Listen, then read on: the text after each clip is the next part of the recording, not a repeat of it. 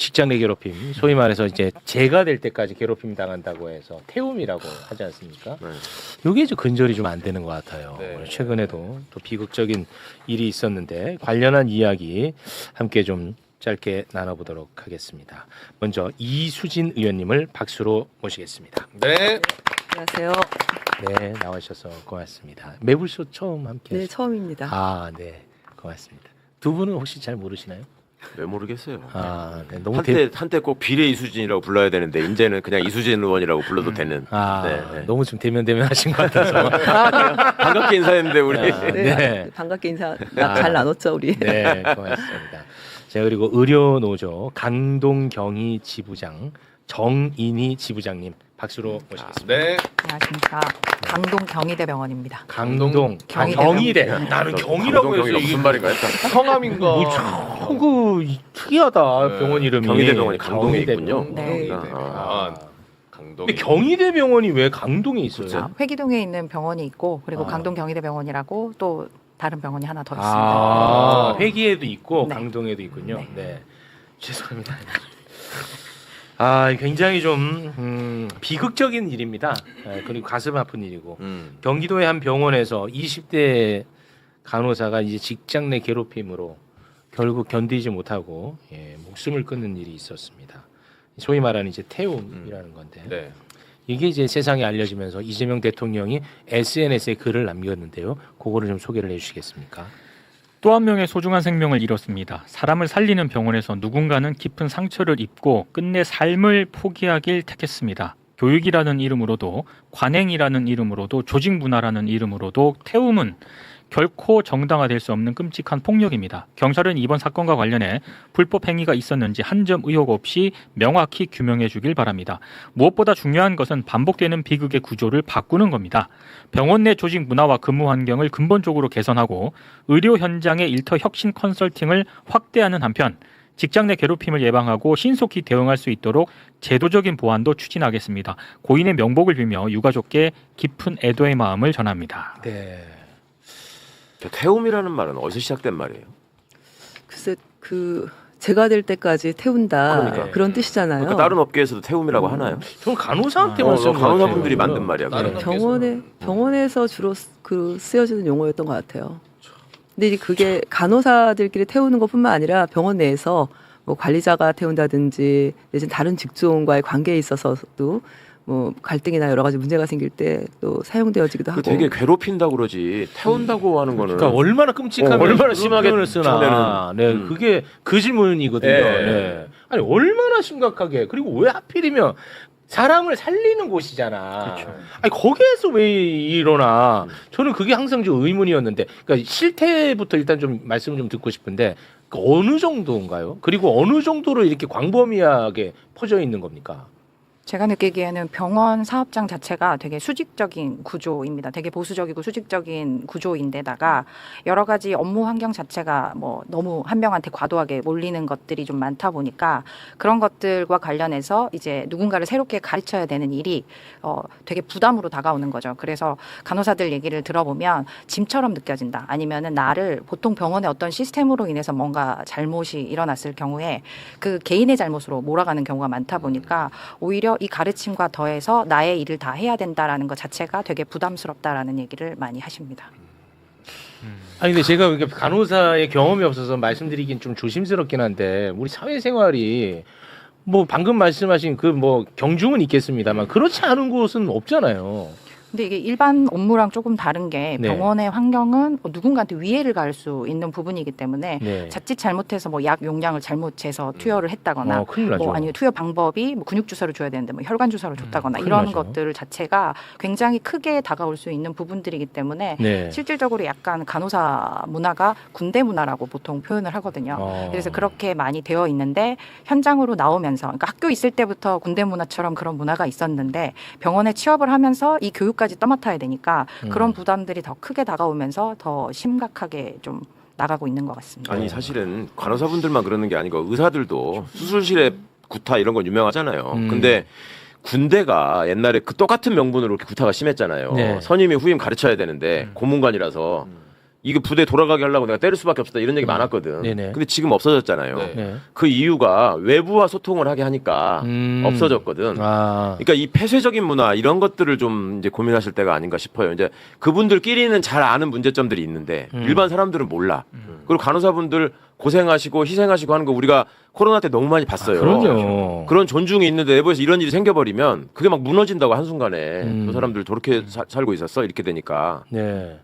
근데 저도 이제 13년간 현장에서 간호사로 이제 3교대 근무해 가면서 일을 간호사 했었습니다. 출신이십니다. 네, 일을 해봤고 그 어떤 그런 수직적인 그런 조직 문화라든지 폐쇄적인 문화들 그리고 응급 상황에서 한 사람 한 사람 각자의 역할을 잘 못했을 때 동료들한테 이제 돌아가는 업무 부담이라든지 피해 이것들에 대한 스스로의 부담이라든지 이런 게 다른 직장과는 조금 다른 문제예요. 그래서 저희가 항상 구조적인 문제를 바꿔야 된다라고 얘기를 하는 게 예를 들면 환자 대 간호사 인력 비율이라든지 이제 선진국들은 병동 같은 데서는 1대5 환자 5명을 간호사 1명이 본다든지 이러는데 저희가 상급 종합병원들은 1대10 그리고 이런 중소병원이나 이런 데는 1대20, 1대30까지 갑니다. 네. 그럼 혼자 부담해야 되는 그런 업무 강도라든지 또 야간에 더 많은 업무량이라든지 응급 상황에 도와줘야 될 동료가 없어서 혼자 해결해야 된다는 부담감이라든지 이제 이런 것들이 대한민국에서는 여전히 상종 같은 경우는 그래도 노동조합이라도 있고 뭔가 상담을 하거나 그 개선을 해야 될 때 얘기할 수 있는 곳이 있지만 또 중소병원은 노동조합이 있는 곳이 거의 없습니다. 네. 그리고 현재 그 직장 내 괴롭힘 그 방지법을 보면은 이게 그 직장 내 괴롭힘에 대한 예방 의무가 아니에요. 그 직장에서 이제 이런 일이 생기지 않도록 예방할 수 있도록 조치를 취해야 되잖아요. 근데 네. 아직 그래서 좀 법에 대해서 미비점이 좀 있는데 그리고 이제 당사자가 지금 현행법상으로는 그 사업주한테는 신고를 하더라도 노동부에 신고가 의무화되어 있지가 않아요. 법상으로는 근로기준법 전체를 봤을 때는 노동부에도 신고할 수 있긴 하지만 이 직장 내 괴롭힘 이 금지 조항만 놓고 봤을 때는 좀 개선해야 될 조항도 있고 그리고 이제 불이익 금지에 대한 내용도 없어요. 이렇게 내가 불이익 신고를 불이익. 하거나 뭐 이제 그 문제 제기를 했을 때 이게 제보자든 아니면 피해자든 그 부분에 대해서 불이익 처우를 받지 않아야 되는데 그 부분에 대한 어떤 제도가 네, 없다고요? 제도도 미비하고 그래서 실제로는 제가 첫 번째 말씀드렸던 대로 제가 간호법에 이번에 환자 대 그 간호사 비율 이걸 법제화하는 내용들을 발의를 해서 저희가 4월 달에 보건복지위 상임위에선 통과가 됐는데 네. 지금 이게 이제 본회의로 아직 못 올라가고 있어요. 그럼 왜 그런 거예요? 이제는 저희가 이제 보건복지위원회 이제 위원장은 지금 저희 그 국민의힘에서 추천을 해야 되는데 아직 추천을 안 하고 있어서 네. 예, 상임위원장이 있어야 법사위에서 법안이 상임위로 넘어오면은 다시 회부를 시켜서 본회의에 올려야 되는 거거든요. 그래서 이런 법안도 좀 빠르게 통과가 돼야 되는 그 문제가 법안이 있습니다. 만약에 이제 통과가 된다고 하면 결국은 그건 이제 비용 문제일 거 아니겠습니까? 네네. 그건 어떻게 그러면 충당하는 거예요? 그래서 보통 지금도 그 간호 등급제라는 게 건강보험 제도 안에서 간호 등급이 좀 상위 등급이면 인력을 좀 많이 배치하면은 이제 상위 등급이거든요. 그럴 때는 수가로 조금 보존을 해줘요. 근데 물론 그 수가가 충분한 보존은 되지 않습니다. 우리가 건강보험 수가라는 게 인력에 대해서 그렇게 정확하게 책정해주는 구조가 아니기 때문에 병원으로서는 오히려 좀 병원의 질평가라든지 이렇게 병원한테는 매우 중요한 그런 요소가 되는 영역에 사실은 인력 기준에 대해서 좀 의무화하도록 네. 해야 될 필요가 있겠죠. 근데 통계적으로나 경험적으로 네. 이렇게 환자 대비 간호사 숫자가 많은 큰 병원에서는 이런 태움이나 이런 일들이 적어요? 확실히?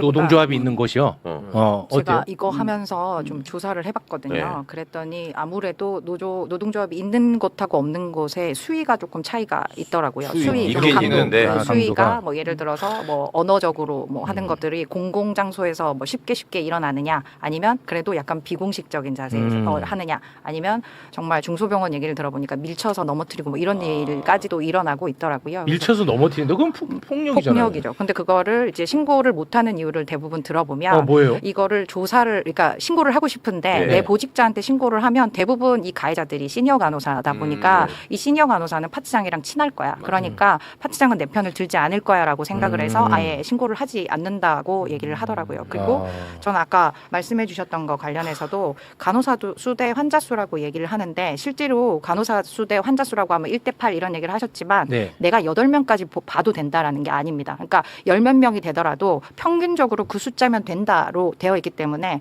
실질적으로 저희는 상종이 아니라 종합병원임에도 불구하고 저희도 10몇 명을 보고 15명, 16명을 보기도 하거든요. 예. 그런 것들이 있기 때문에 실질적으로 저는 누가 몇 명을 보는지에 대한 것도 명확한 기준이 필요하다고 보고 아까 의료질 평가 얘기를 해주셨는데 거기 보면 3년차 이상 간호사 비율에 대한 얘기들이 있거든요.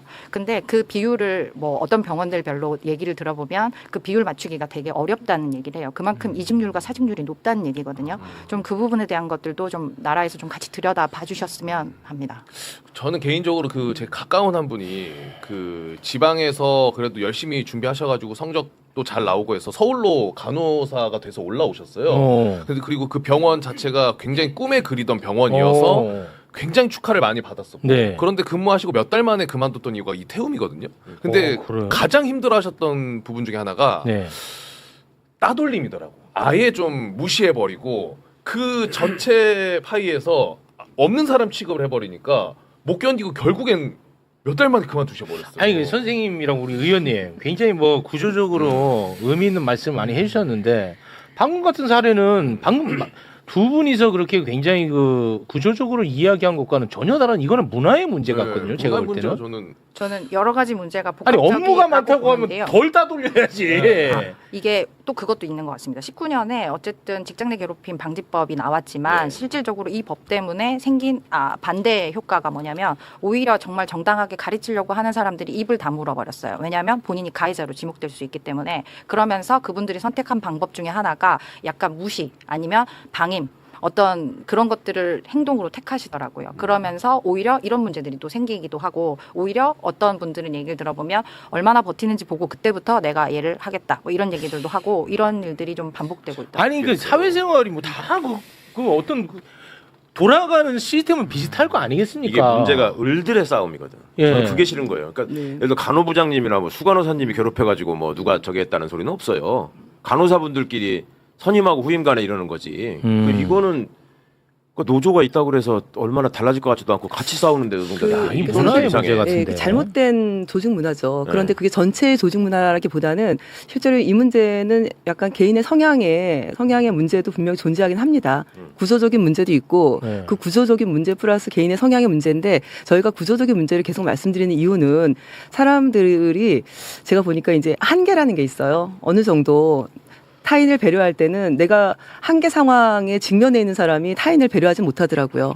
그래서 실제로 병원에 당장 환자를 이제 감당해야 되는 상황에서 각자의 역할, 왜냐하면 인력 자체가 한 사람이 자기 몫을 하게끔 그렇게 배치가 돼 있어요. 그 사람이 그 일을 못하면 그 옆에 있는 동료들이 어마어마하게 힘들어지는 거예요. 네. 그래서 저도 이제 노동조합 위원장도 했지만 이렇게 직장의 괴롭힘 때문에 후배 간호사들이 상담을 하러 또 오지만 상당수는 선배 간호사들이 더 이상 못 버티겠다. 나도 밥도 못 먹고 일하고 있는데 그 후배 간호사 밥 안 먹였다고 수간호사가 나를 혼내더라. 내가 안 먹인 게 아닌데 그렇게 환자 그 돌봐야 되는 일들이 단 20분도 시간이 없어서 밥을 먹을 수 없는데 화장실도 못 가고 화장실 갈 시간이 아까워서 물도 안 마시고 일을 하는데 그런 구조적인 문제를 해결하지는 않고 무슨 문제가 생기거나 이제 불만이 있으면은 그걸 또 이제 선배 간호사의 책임으로 하기 때문에 이제 그런 문제 때문에 사실 노동조합에 와서 상담하는 그 간호사들도 상당히 있었거든요. 그래서 이 문제를 해결하려면 개인의 성향의 문제는 이 직장 내 괴롭힘이 어떤 건지 를 분명하게 직장 안에서 명시를 하고 예방 교육을 철저하게 시키는 거 이것도 굉장히 중요하지만 이거 못지않게 중요한 게 그 환자 대 간호사 비율이라든지 업무량이라든지 야간에 업무를 몰아준다든지 응급 환자를 올려가지고 이미 좀 중소병원 같은 경우는 야간에 간호사 숫자를 줄여서 일하기도 합니다. 그런데 갑자기 응급실 통해서 환자가 오면은 그 환자를 볼 간호사가 없는데 어떻게든 기존에 입원해 있는 환자들과 응급 환자를 같이 봐야 되는 거예요. 네. 그러면서 그 한계 상황에 직면해 있으면 옆에 있는 동료, 뭐 후배가 아니라 동료 간호사들한테도 화를 내기 시작하는 거죠. 네. 당장 그 문제를 해결하지 못하면 환자가 죽거나 내지는 큰 문제가 생길 수 있기 때문에 그러니까 이런 일을 여러 번 겪다 보니까 어떻게 보면은 그 사실 교육이라든지 업무라는 이유로 동료들을 괴롭혀서는 안 되는데 자기도 알겠습니다. 모르게 그런 일들이 계속 발생하고 있는 거예요. 알겠습니다. 우리 그러면 그 현실적으로 그 간호사의 수를 이제 늘리는 부분 그런 것처럼 그거는 이제 법률로 이제 법제화한다는 말씀이시잖아요. 그런 것처럼 현실적인 대안 구체적으로 좀 말씀해 주실 수 있는 부분이 어떤 게 있을까요? 저는 우선 교육과 교육과 실질적으로 액팅이라고 표현하죠. 환자를 보는 업무가 분리돼야 된다라고 생각을 하고 교육 간호사처럼 따로 분리를 해서 이 감정에서 벗어날 수 있는 내가 이 일을 하면서 교육을 해야 된다는 게 부담이 아니라 정말 체계적으로 가르칠 수 있는 그런 시스템이 만들어져야 된다고 생각을 하고 그거는 병원 내 시스템 체계를 말씀하시는 거예요? 병원 안에 저는 그런 시스템이 있어야 된다고 보고요. 그것도 역시 법제화해야 되는 건가요? 그 법도 제가 발의를 했습니다. 그것도 하셨어요. 와, 이게 열심히 하셨네. 그 빨리 좀 통과 좀 시켜주세요. 그러면 그거는 진짜 현실적으로 의미 있다. 그리고 저는 직장 내 괴롭힘 관련해서 이거를 전문적으로 상담할 수 있는 인력들이 병원 안에 존재해야 된다고 봅니다. 왜냐하면 내 파트장이나 아니면 내 보직자라서 말 못하는 경우들이 생기지 않으려면 실질적으로 이렇게 고민할 수 있는 사람들이 있어야 한다고 보고요. 상담 창구. 네, 상담 창구. 에서 뭘 어떻게 해줄 수 있는 거예요? 적어도 이분에 대해서 얘기를 들어주고 같이 고민하고 해결 방법에 대해 고민을 해야 되는데 대부분 신규 선생님들 얘기를 들어보면 상담하는 통로가 윗시니어가 아니라 같은 동기들이에요. 그러니까 한 번도 사회를 경험해보지 못한 친구들이다 보니 그러면 내가 문제인가? 아니면 나 그냥 그만둬야 되나? 이런 결론으로 계속 가더라고요. 실질적으로 이 병원 안에서 해결책을 찾을 수 있는 부분은 찾도록 하려면 그 내부적으로 소통할 수 있는 어떤 창구가 있어야 그분들도 마음 편히 자기의 얘기들을 좀 할 수 있고 아니 그 창구에서 내가 지금 뭐 얘기를 해. 나 지금 너무 힘들다. 괴롭힘 당한다. 하고 다시 자기 역할로 돌아가면 또 나는 괴롭힘 당하는데 적어도 이제 예를 들어 저 같은 경우에는 저희 병원에서 일이 있어서 저희를 찾아오시면 예를 들어 이게 좀 수위가 심각하다 하면 같이 고충으로 해서 해결을 해보자라고 한다던가 아니면 병원 차원에서 이런 일들이 일어나고 있는데 이 업무 때문에 예를 들어 뭐 분란이 있다 이러면 그 문제를 해결하기 위해서 어떻게 같이 움직인다거나 이런 문제를 같이 해결할 수도 있거든요. 근데 저는 아까 교육에 대한 얘기를 했지만 신규 선생님들 얘기를 들었을 때 저는 그러니까 간호학과에 대한 교육 체계도 한번 다시 고민해 봐야 된다고 생각합니다. 왜냐하면 신규들이 대부분 그냥 공부만 하고요. 이론 교육만 하고 실습을 나와도 실습에서 환자들이 나를 만지는 게 싫기 때문에 그러니까 어느 정도의 수위가 있으니까 혈압을 잰다거나 심상 정리를 한다거나 혈당 측정 뭐 요 정도의 실습들만 계속 반복하고 있거든요. 그런데 그런 교육밖에 받지 못한 친구들이 막상 병원에 취업을 했는데 교육기관들이 어떤 병원들은 정해져 있지만 그런 교육기관이 없는 병원들이 있어요. 그러면 덩그러니 떨어져서 너는 1인의 몫을 해야 돼라고 하는 이런 상황들도 개선해야 되기 때문에 저는 교육체계부터 다시 전반적으로 다 고민을 해보는 게 어떨까라는 의견을 가지고 이게 있습니다. 아니라 어쨌든 사람을 실제로 환자를 봐야 되는 상황인 거니까. 알겠습니다. 네. 그래도 뭐 현실적인 대안이 그래도 몇 가지는 딱 나와 있고 실제로 그 국회에서 지금 법안 발의까지 되어 있다고 하니까 저게 통과가 되면 현실적으로 좀 도움은 될 아까 것 말씀하신 같네요. 대로 이 인력의 문제이기 때문에 교육전담 간호사를 의무 배치하고 그 교육전담 간호사의 인건비는 정부가 지원을 한다든지 이제 이런 제도에 대해서 한 거기 때문에 결국은 이제 이게 인력은 이꼴 이제 재정이다. 근데 이 재정에 대해서 여전히 간호사의 문제, 병원에서 당연히 해결해야 될 문제들은 우선순위에서 계속 밀리고 있습니다. 예를 들면은 간호사들은 여성들이 많습니다. 그래서 병원에 여성 비중을 보면은 한 85% 전체 직원의 85%가 여성이에요. 병원들은. 그리고 그 중에 50% 이상이 간호사입니다. 그러면 보통 우리가 보통 임신, 출산, 뭐 육아라든지 또 이제 이런 훈련이라든지 교육 훈련, 병가라든지 아무래도 이런 것들이 당연히 발생할 거 아니에요. 그럼 그때 필요한 유효 인력이 있습니다.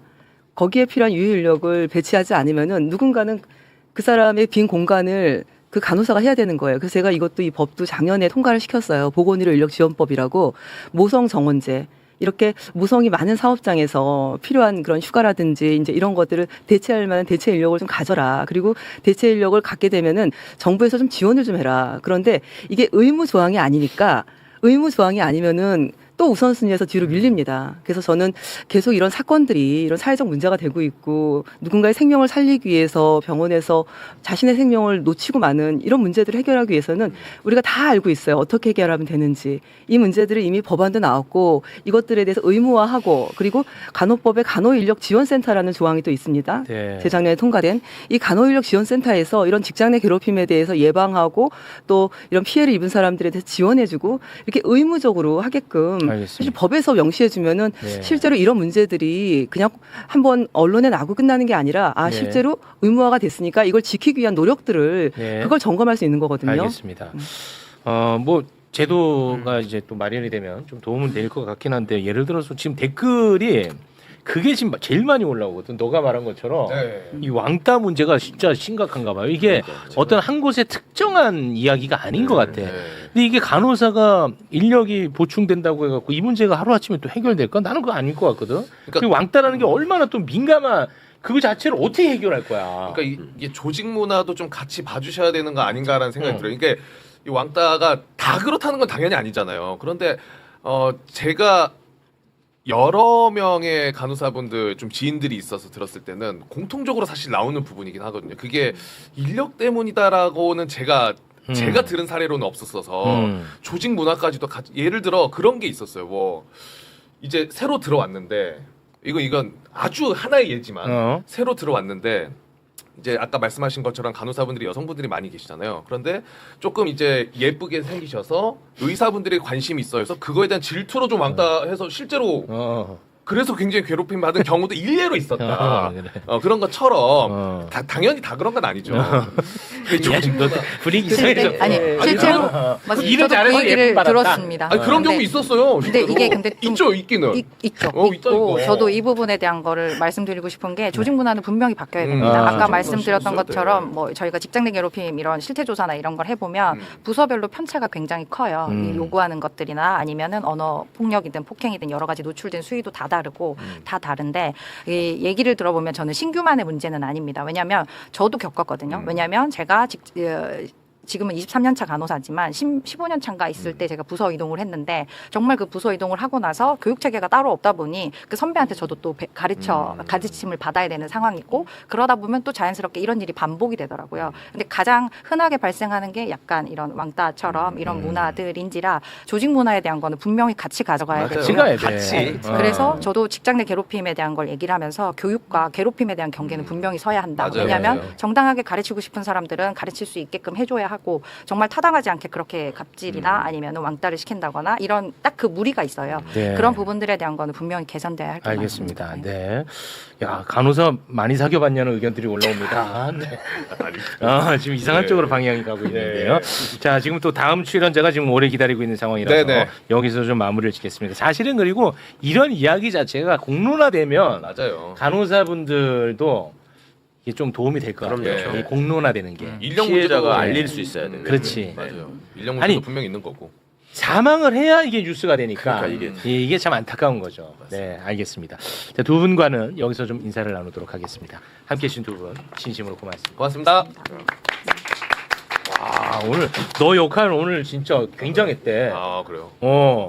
너가 진짜 살아있는 얘기를 했다는 분들이 많네. 아 고맙습니다. 실제로 제가 들었던 거라서 실제로 그만두셨고. 너 여자친구였어? 아니야. 아니야? 네, 알겠습니다.